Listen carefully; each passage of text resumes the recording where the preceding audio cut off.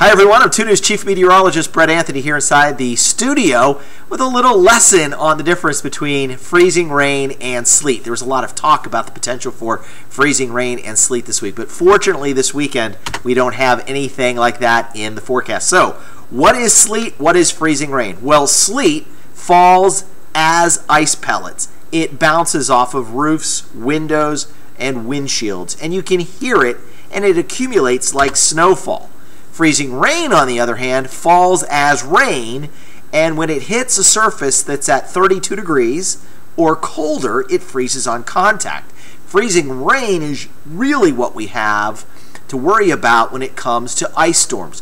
Freezing rain will stick to power lines, it'll stick to tree limbs, and of course those tree limbs can fall and bring down the power lines, and it can also stick to the streets, causing all kinds of problems. Sleet just acts more like snowfall. So what's the difference here? How do both of these phenomena happen? So let's discuss that.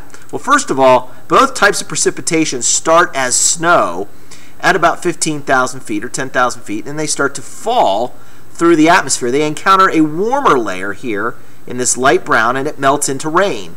Then as it goes back into a colder layer closer to the surface, it refreezes back into sleet. That's sleet.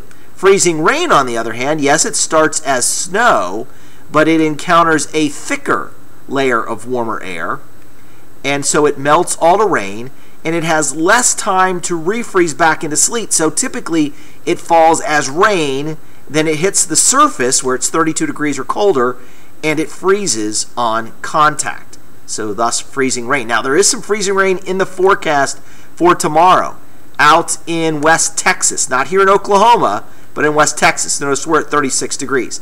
Saturday, Midland to Amarillo. Watch what happens with these temperatures. They never get above freezing on Saturday.